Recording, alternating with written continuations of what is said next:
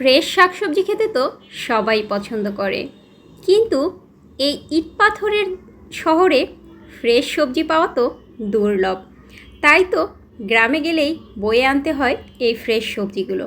আসসালামু আলাইকুম, আমি সাদিয়া আবারও চলে আসলাম নতুন একটি রেসিপি নিয়ে। তো আজকের রেসিপিটি হচ্ছে আমার আপুর ছাদ বাগানের ডাটা। তো ডাটা দিয়ে আমি কি রান্না করলাম এটাই আপনাদেরকে দেখাবো। তো এই তরকারিটা রান্নার জন্য আমার দরকার ছিল কাঁঠালের বিচি, আর কাঁঠালের বিচিগুলো আমি পরিষ্কার করে ভিজিয়ে রেখেছিলাম। তো এরপরও আমি কাঁঠালের বিচিগুলো আবারও পরিষ্কার করে কেটে একটু টুকরো করে নিয়েছি। আর এখানে সেই ডাটাগুলো কেটে সাথে আলু কেটে ধুয়ে পরিষ্কার করে রেখেছি। আর এগুলো রান্না করব চিংড়ি মাছ দিয়ে। তো আমি তেল গরম করে চিংড়ি মাছ ভাজতে দিয়ে দিয়েছি। চিংড়ি মাছগুলো ভাজা হয়ে গেলে এখানে একটু কুচু পেঁয়াজ দিয়ে দিলাম, সেই সাথে দিয়ে দিলাম রসুন এবং আদা পেস্ট। এখানে আরও দিয়ে দিব পেঁয়াজের পেস্ট। ডাটার তরকারিতে মশলা একটু পরিমাণে বেশি লাগে, কেননা ডাটা একটা পানসা তরকারি, মশলা বেশি দিলে খেতে ভালো লাগে।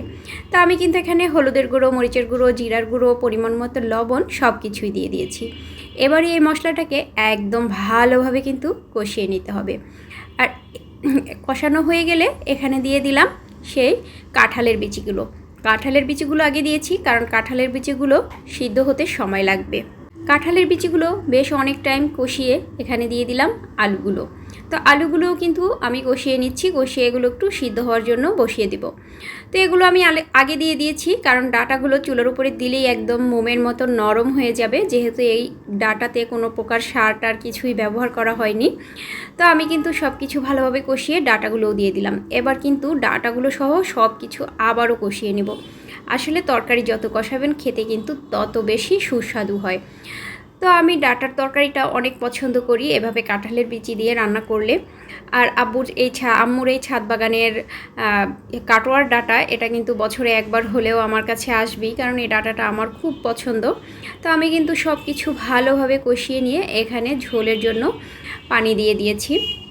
আর এখানে ঝোল কিন্তু খুব বেশি রাখবো না, একদম গায়ে মাখা মাখা করে ঝোল রাখবো, তাহলে কিন্তু ডাটার তরকারিটা খেতে বেশি ভালো লাগে। তো এই যে তরকারিটা কিন্তু ফুটে উঠেছে আর সব কিছু কিন্তু একদম সিদ্ধ হয়ে গিয়েছে। আজকে মোবাইলটা আমার হাতে ছিল, স্ট্যান্ডটা ভেঙে ফেলেছে বলে বারবার শুধু ক্যামেরাটা ঘোলা হয়ে যাচ্ছিল, ভিডিওটা নিতেও আমার একটু কষ্ট হয়েছে। তো ফাইনালি আমার তরকারিটা কিন্তু রান্না হয়ে গিয়েছে। আর কালারটা দেখুন কি সুন্দর এসেছে, মাশাআল্লাহ, দেখেই একদম খেতে ইচ্ছা করছে, খুবই লোভনীয়। তো কে কে এভাবে ডাটার তরকারি রান্না করেন জানাবেন। আর আমার রেসিপিটা কেমন লাগলো তা তো অবশ্যই জানাবেন। যদি ভালো লাগে আপনারাও এভাবে ট্রাই করতে পারেন।